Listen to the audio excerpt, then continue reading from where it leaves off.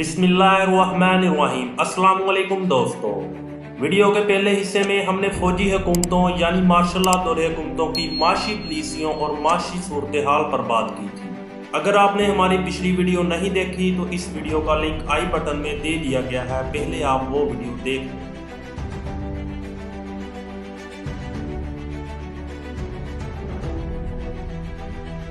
आज हम वीडियो के दूसरे हिस्से में 1947 से लेकर अब तक की सिविलियन दौर की हुकूमतों की माशी पॉलिसियों और माशी सूरत हाल के बारे में आपको बताएंगे। वीडियो आगे बढ़ाने से पहले अगर आपने हमारा चैनल सब्सक्राइब नहीं किया तो सब्सक्राइब कर लें और बेल के बटन को प्रेस कर लें ताकि हमारी हर आने वाली वीडियो आप तक बर वक्त पहुँच सके। पहला सिविलियन दौरे हुकूमत 1947 से 1958 तक चला और में 4 गवर्नर जनरल, 1 सदर और 7 वज़ीर आज़म गुज़रे। 1950 की दहाई के दौरान माशी नमू औसतन 3.1% सालाना था और ये दहाई सियासी और माशी अदम इस्तेहकाम और कौम की ज़रूरियात को पूरा करने के लिए वसाइल की कमी की वजह से अहम। 1948 में स्टेट बैंक ऑफ पाकिस्तान के कायम होने के बाद 1949 में हिंदुस्तान और पाकिस्तान के दरमियान करेंसी का तनाज़ा शुरू हुआ।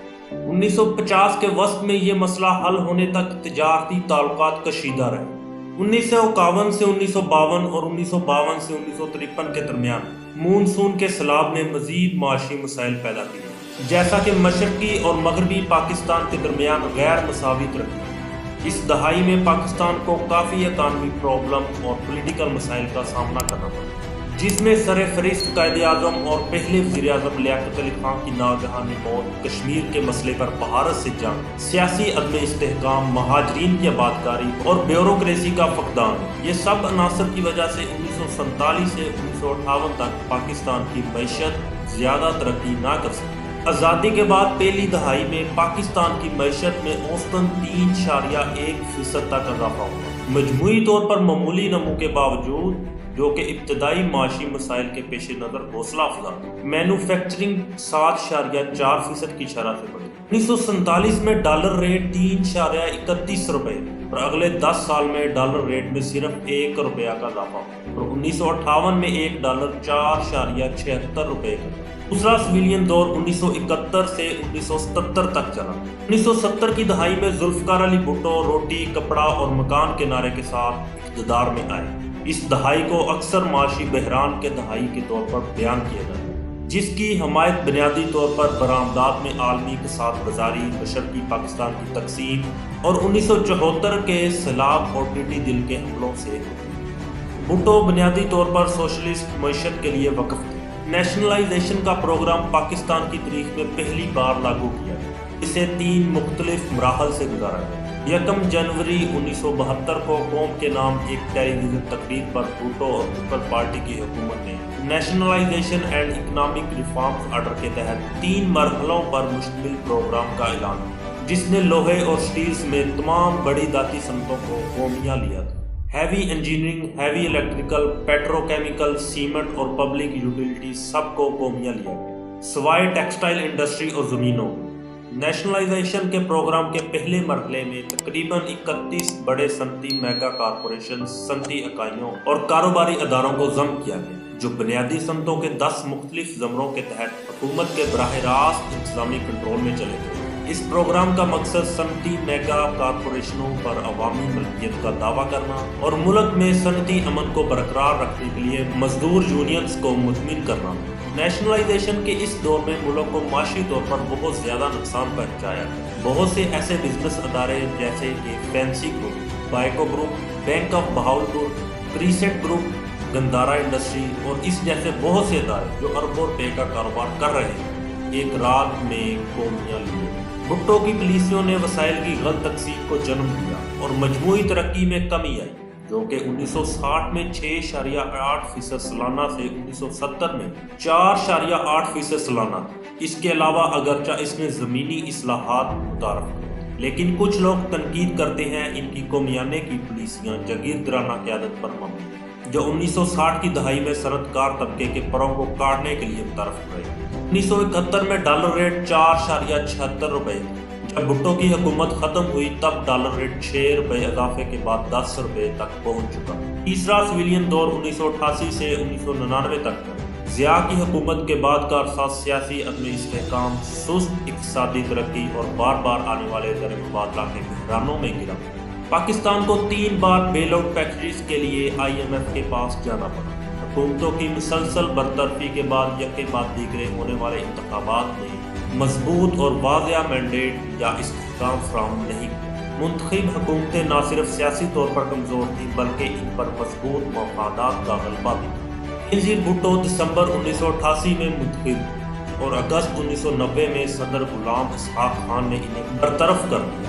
1990 میں ایک اور انتخابات کے بعد نواز شریف وزیر اعظم بنے اور اپریل 1993 میں برطرف کر دیے گئے، لیکن سپریم کورٹ کے فیصلے کے ذریعے انہیں اپنے عہدے پر بحال کر دیا گیا۔ نواز شریف اور اسحاق خان دونوں نے 1993 میں استعفیٰ دے دیا اور 3 ماہ کی کمزور نگران حکومت کے بعد بینظیر وزیر اعظم بنے، یہاں تک کہ نومبر 1996 میں صدر لغاری نے انہیں برطرف کر دیا۔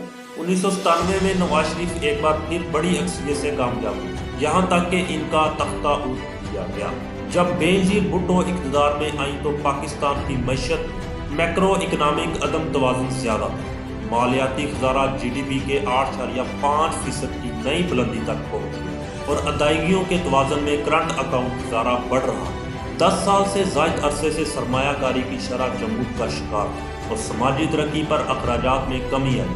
بڑھتی ہوئی سود کی ادائیگیوں کے ساتھ عوامی مالیات میں تدبیر کی گنجائش میں صدر غلام اسحاق کی عبوری حکومت نے IMF کے ساتھ جو معاہدہ کیا تھا، جس کا مالیاتی خسارہ کم کرنا ایک اہم ہدف تھا، منتخب حکومت نے سنجیدگی سے عمل درآمد نہیں کی۔ IMF کے دباؤ میں منتخب حکومتوں نے ٹیکس ریونیو بڑھانے کے لیے سنجیدہ کوششیں کی۔